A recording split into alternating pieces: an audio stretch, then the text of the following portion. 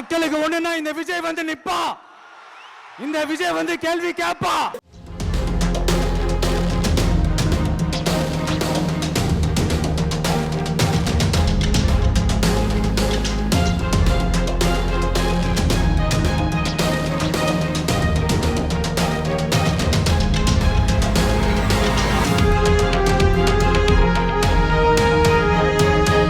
ஈரோடு பெருந்துறையை அடுத்த விஜயமங்கலம் டோல்கேட் பகுதியில் தாவேகவின் மக்கள் சந்திப்பு நிகழ்ச்சி நடைபெற்றது. இதில் பங்கேற்க காலை 8:03 மணிக்கு நீலாங்கரை இல்லத்திலிருந்து புறப்பட்ட விஜய் சென்னையிலிருந்து தனி விமானம் மூலம் காலை 10 மணிக்கு கோயம்புத்தூர் வந்தடைந்தார். பின்னர் சாலை மார்க்கமாக தாவேகவினர் உற்சாக வரவேற்புடன் ஈரோடு பெருந்துறையை அடுத்த விஜயமங்கலம் சென்றடைந்தார்.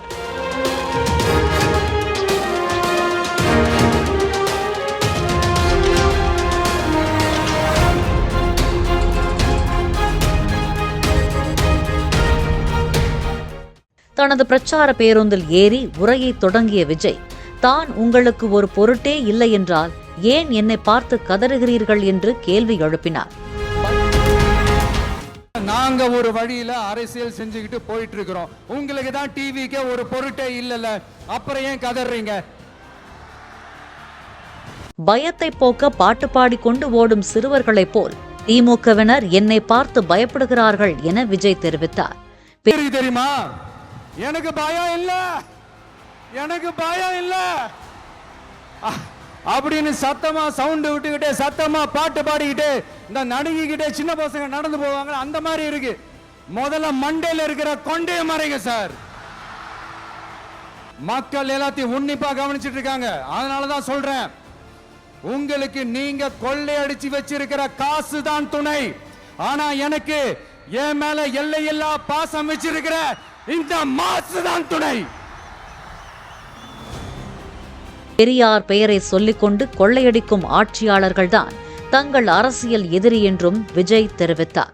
பெரியார் அவர்கள் கிட்ட இருந்த அந்த செல்வாக்கையும் அந்த பதவிகளையும் அந்த பவரையும் வச்சுக்கிட்டு அவர் என்ன சொன்னார் தெரியுமா? இவ்வளவு செல்வாக்கு, இவ்வளவு பதவிகள், இவ்வளவு பவர் இருந்தோம், நான் ஒரு 5 பைசா காசு சம்பாதிச்சிருப்பேனா? எனக்கோ இல்ல என் குடும்பத்துக்கோ பட்டங்கள் வேணும், பதவி வேணும்னு ஏதாவது கேட்டிருப்பேனா? இல்ல ஏதாவது லாபம் பார்த்திருப்பேனா? இல்ல எதுக்காவது ஆசைப்பட்டிருப்பேனா? ஆனா அவர் பேரை சொல்லிக்கிட்டு, அவருடைய கொள்கையை ஃபாலோ பண்றதா சொல்லிக்கிட்டு இப்ப ஆட்சியில இருக்கிறவங்க என்னெல்லாம் செய்யறாங்கன்னு. அதனாலதான் சொல்றோம், பெரியார் பேரை சொல்லிக்கிட்டு தயவு செஞ்சு கொள்ளையடிக்காதீங்கயா, தயவு செஞ்சு கொள்ளையடிக்காதீங்க. அவரு பேரை சொல்லிக்கிட்டு பெரியார் பேரை சொல்லி கொள்ளையடிக்கிற இவங்க தான் நம்மளுடைய அரசியல் எதிரி. மக்களை நீங்க சொல்லுங்க, நம்மளுடைய அரசியல் எதிரி யாரு? நம்மளுடைய கொள்கை எதிரி யாரு? விஜயை எப்படி முடக்கலாம், தாவேகவை எப்படி முடக்கலாம் என 24 மணி நேரமும் சதா சர்வ காலமும் நினைத்துக் கொண்டிருக்கும் திமுக ஆட்சியாளர்கள் கடந்த தேர்தலின் போது ஈரோடு மாவட்டத்திற்கு அளித்த வாக்குறுதிகளை மறந்து விட்டார்கள் என விஜய் குற்றம் சாட்டினார். ஈரோடு மாவட்ட மக்கள் கொஞ்சம் அசந்தார் மணல் மலை கொள்ளை போல் செம்மண்ணும் கொள்ளையடிக்கப்பட்டுவிடும் என விஜய் எச்சரித்தார். இந்த விஜயை எப்படி முடக்கலாம், தமிழக வெற்றிகத்தை எப்படியெல்லாம் முடக்கலாம், அப்படிதான் அவங்களுடைய சிந்தனையே. 24x7 பவானி, நொய்யலாறு, அமராவதி 6 இணைப்பு திட்டத்துக்கு ஒரு துரும்ப கூட கிள்ளி போடல. வாக்குறுதி நம்பர் 103 சொன்னாங்களே, செஞ்சாங்களா? ஆனா ஆத்து மணலை கொள்ளையடிக்கிறதுல மட்டும் வேலையை கரெக்டா செய்வாங்க.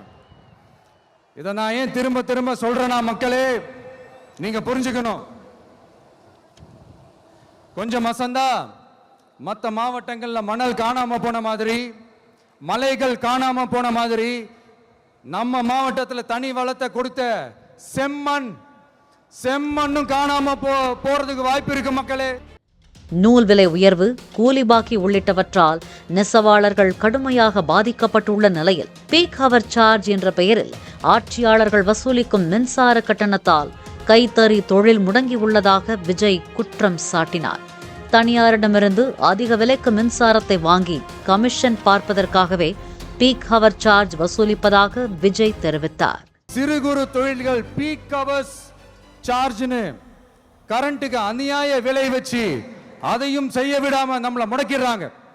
அந்த பீக் ஹவர்ஸ் சார்ஜ் கொள்ளையால எத்தனை வருஷமா எவ்வளவு பேர் பாதிக்கப்படுறோம். ஏன் கண்டுக்க மாட்டேன்றாங்கன்னு கொஞ்சம் யோசிங்க. அப்போதாங்க பிரைவேட்ல அதிக விலைக்கு கரண்ட் வாங்க முடியும், அதுக்கு டெண்டர் விட முடியும். அப்படி டெண்டர் விட்ட மேட்டர்ல எல்லாம் என்ன நடக்கும்னு உங்களுக்கும் தெரியும், எனக்கும் தெரியும், நம்ம எல்லாருக்குமே தெரியும். நான் எத்தனை நிமிடம் பேசினால் உங்களுக்கு என்ன என்று திமுகவினரை பார்த்து கேள்வி எழுப்பிய விஜய், தனிப்பட்ட முறையில் தரக்குறைவாக பேசுவதுதான் அரசியல் என்றால் அது தமக்கு வராது என்றும், ஆனால் எதிரிகளை விட தன்னாலும் பேச முடியும் என்றும் விஜய் தெரிவித்தார். விஜய் என்ன அரசியல பேச மாட்டேன்றாரு, விஜய் என்ன சினிமா டயலாக் மாதிரி பேசுறாரு, விஜய் என்ன பஞ்ச் டயலாக் பேசுறாரு, விஜய் என்ன 10 நிமிஷம் தான் பேசுறாரு, 9 நிமிஷம் தான் பேசுறாரு. நான் எத்தனை நிமிஷம் பேசினா உங்களுக்கு என்ன சார்? நான் எப்படி பேசினா உங்களுக்கு என்ன சார்? உள்ள விஷயம் என்னன்னு பாருங்க சார். ஒவ்வொரு மாவட்டத்துக்கும் போய் மக்கள் ஃபேஸ் பண்ற பிரச்சனைகளை எடுத்து பேசிட்டு இருக்கிறேன். பின்ன அது அரசியல் இல்லாம வேற எதுதான் அரசியல்? உங்களை மாதிரி தனிப்பட்ட முறையில் தரக்குறைவா அசிங்கமா பேசுறதுதான் அரசியல்னா அந்த அரசியல் நமக்கு வராது. வராதுன்னா நல்லாவே வரும். உங்களை விட எனக்கு அது நல்லாவே வரும். வேணான்னு விட்டு வச்சிருக்கிறோம். அப்புறம் உங்களுக்கு நமக்கு என்ன வித்தியாசம்? பெண்களுக்கு பாதுகாப்பு இல்லை என்று சொன்னால் தமிழ்நாட்டில்தான் அதிக பாதுகாப்பு இருக்கிறது என்கிறார்கள் என்று கூறிய விஜய், உண்மை நிலை அவர்கள் சொல்வது போல் இல்லை என்றார். தமிழ்நாட்டில் பெண்கள் பாதுகாப்பு தான் அதிகமா இருக்குதான். நீங்க சொல்லுங்க மக்களே, பெண்கள் பாதுகாப்பு இருக்கு? சட்டம் ஒழுங்கு சரியா இருக்கு? அவங்க சொல்றது உண்மையா? அவங்க சொல்றதை நீங்க ஏத்துக்கிறீங்களா?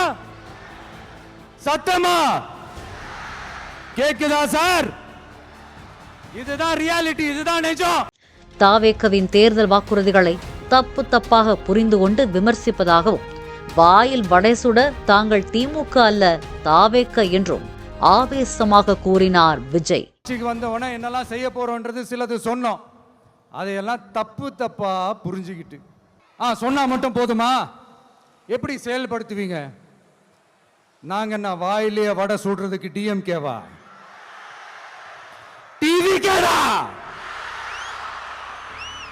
யாருடைய ஆட்சியில் பள்ளி இடைநிற்றல் அதிகம், மாணவர்கள் சேரவில்லை என 207 பள்ளிகளை மூடியது யார் என்று வினவிய விஜய், இதில் கல்வியில் சிறந்தது தமிழ்நாடு என நாடகம் வேறு என்றும் சாடினார். வீட்டில் இருக்கிற ஒவ்வொருத்தரும் மினிமம் டிகிரி படிச்சிருக்கணும் அப்படின்னு சொன்னோம். உடனே எங்க ஆட்சியிலே எல்லாரும் டிகிரி படிச்சு முடிச்சிட்டாங்களே அப்படிங்கிற மாதிரி சொல்றது அது உண்மைனா? ஸ்கூல் லெவல்லையே டிராப் அவுட்ஸ் அதிகமானது யாரோட ஆட்சியிலங்க?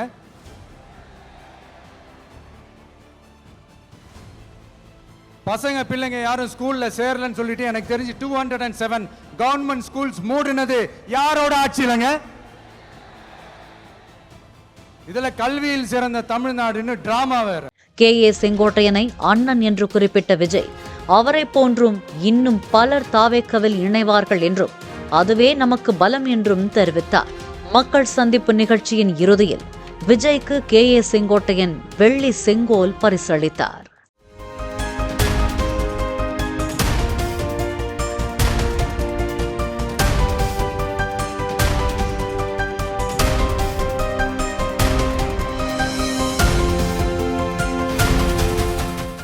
பிளே ஸ்டோர் மற்றும் ஆப் ஸ்டோரில் இருந்து பாலிமர் செயலியை QR கோடு மூலம் பதிவிறக்கம் செய்யுங்கள்.